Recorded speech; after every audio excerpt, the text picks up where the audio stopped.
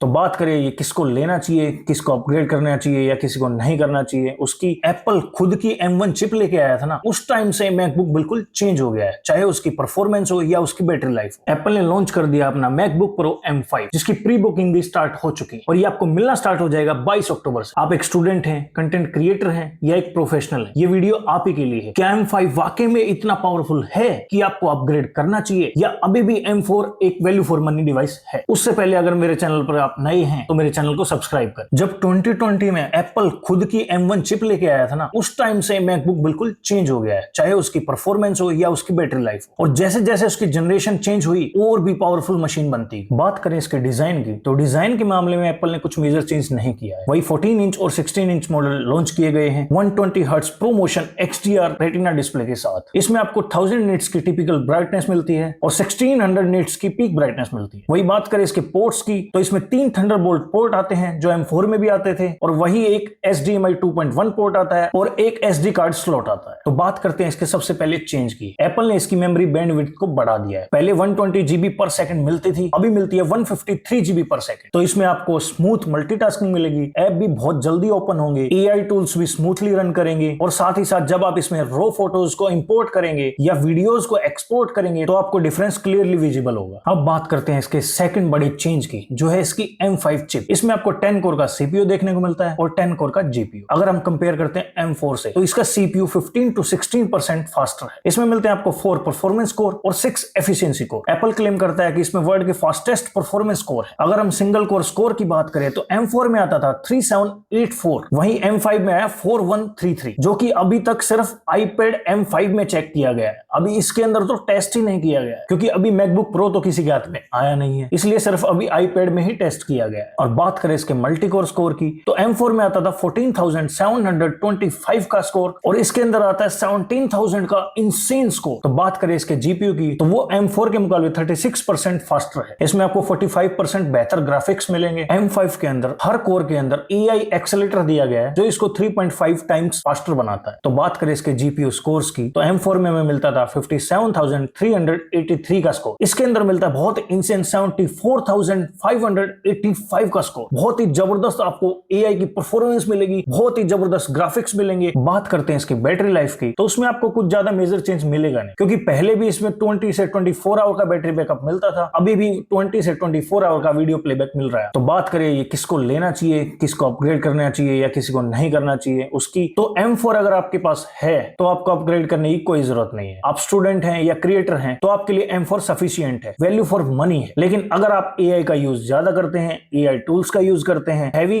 GPU intensive task करते हैं, तो आप M5 के लिए जाइएगा। और बात करें इसकी प्राइस की, तो ये भी M4 की तरह ही 1,69,900 से स्टार्ट होगा इसका 14 इंच मॉडल, और 16 इंच मॉडल की बात करें तो वो होगा 2,49,900 से स्टार्ट। अगर आपको मेरी दी गई इंफॉर्मेशन अच्छी लगी है तो मेरे चैनल को सब्सक्राइब करें। धन्यवाद।